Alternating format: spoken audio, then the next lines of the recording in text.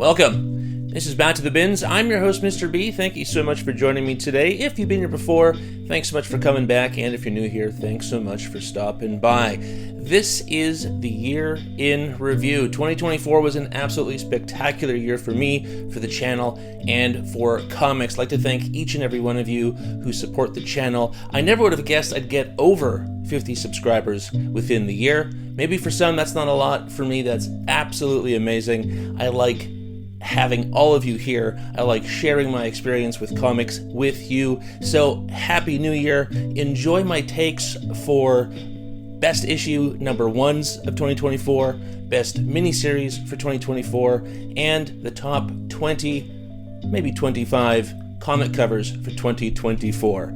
Thank you so much, and why don't you just look over here or look over there or look somewhere and you'll get to see the countdown. Happy New Year.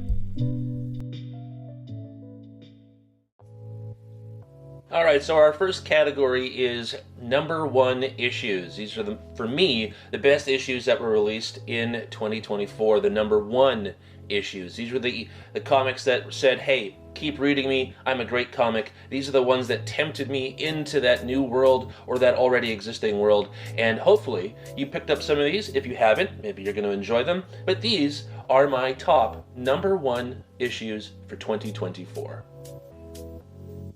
All right, coming in at number 10 is Kosher Mafia. This comic has it all: a classic gangster story, a unique setting, and characters you can't help but root for. I love how it blends action with a little bit of history.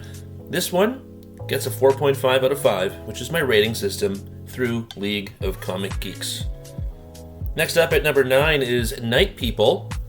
This comic is a total wild card, but I was hooked from the start. The art is amazing, and the story is just plain weird in the best way. This as well hit a 4.5 out of 5 stars. At number 8, we have Kill All Immortals. I love the idea of immortal beings living in hiding, and here the action is fantastic. This one too gets a 4.5 out of 5 stars as well. Coming in at number 7 is Zorro, Man of the Dead. It's a classic character with a fresh new take. I love the adventure and the mystery in this one. Definitely a 4.5 out of 5. All right, let's keep the momentum going. At number 6, we have Ultimate X-Men. Even if you're not an X-Men fan like me, the art and the new take on the characters is worth a look. It gets a solid 4.5 out of 5. Remember, these are just the issue ones. At number 5, it's Avengers Twilight issue number 1. I love the idea of an older, more experienced team of Avengers. The futuristic setting is cool, and the art is amazing. Again, 4.5 out of 5. All right, at number 4, we have Doom. Yes, this was just a one-shot, but absolutely amazing. The art in this one is absolutely phenomenal, and it presents Dr. Doom in a whole new light. I really enjoyed this one and can't wait to see if they do this again with this character. Absolutely amazing, gets a 4.5 out of 5. At number 3, it's Grommets. This one is a total blast from the past with a perfect 80s setting.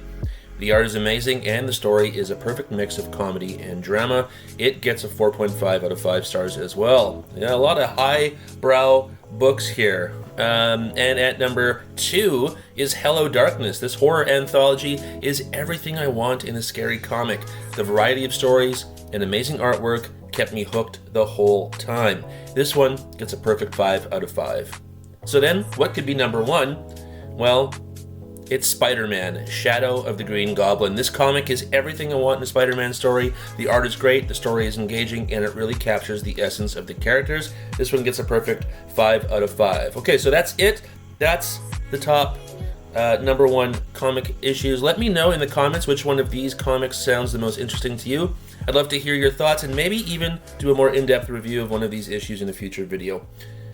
All right, so coming up next are my favorite mini-series or limited series of the year. There's a lot of really great stuff. I narrowed it down to 15 issues, 15 series that hopefully you read, and if you didn't, again, maybe this will inspire you too, but nonetheless, these were my favorite mini-series or limited issue series for the year. It was a great year for comics, and I had a lot of fun putting this list together. I'll be counting down from my number 15 pick to my number 1, so let's get started. Once again, this was through on the average of the star rating through League of Comic geeks. Coming in at number 15 in the Marvel miniseries Black Widow and Hawkeye. I like the classic costumes and scenarios, but felt that the book didn't live up to its potential. I really wish the story focused more on the characters. Moving on to number 14, we have the indie comic Crashdown. This one was a fun debut comic from YouTubers who are comic nerds, Comic Tom. I like that it had a bit of a Lost vibe, and that it was willing to take risks even if it wasn't perfect. Sort of the beauty of independent comics. Alright, coming in at number 13 is the indie comic Destro.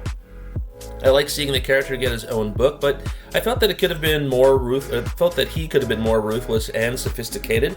It was fun for fans of the classic G.I. Joe cartoon, but I wish it had more of a mature tone. Alright, number 12 is Thundercats Cheetara. I wasn't a big fan of the character at all in the original cartoon, but this series was better than the main Thundercats book. I liked learning more about the world and the characters and just really loved Cheetara as a character. Alright, keep going. This is number 11. This is Batman Gotham by Gaslight, the Kryptonian Age. I like the idea of the Elseworlds story set in the 1800s and the unique take on the characters. The story introduced me to a new character, John Constantine, and I really liked him, so might look into more of that.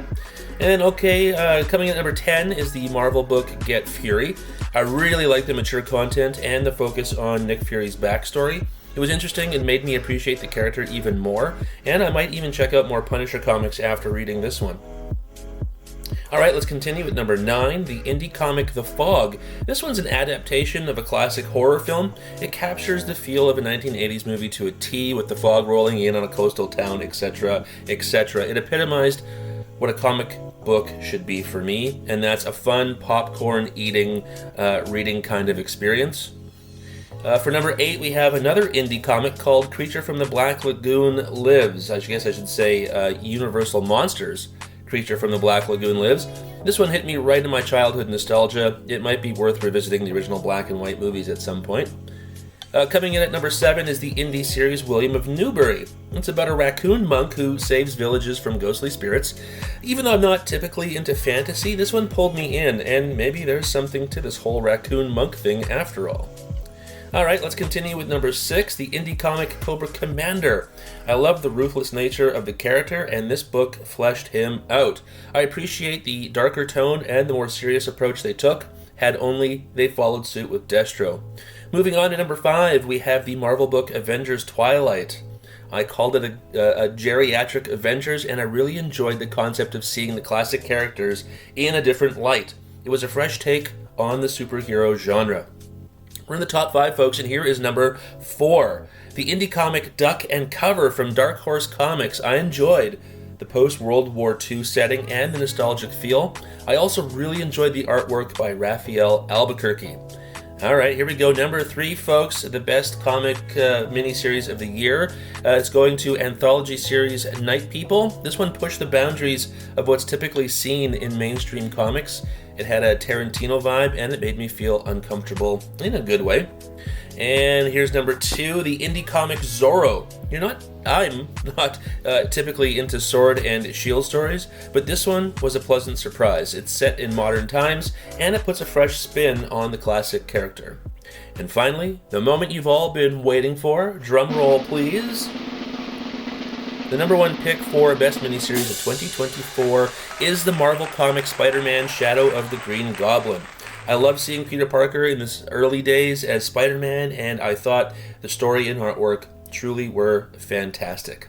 Well, there you have it, folks. That's the top 15 miniseries comics of 2024, as well as my favorite number 1 issues of 2024. Let me know in the comments below if you agree or disagree with my picks, and be sure to check out some of these amazing comics for yourself, and make sure you stay tuned because we're going to be doing the 20 best covers of 2024. I'll be posting that a little bit later on in the day. Thank you so much. Happy New Year, and we'll see you later.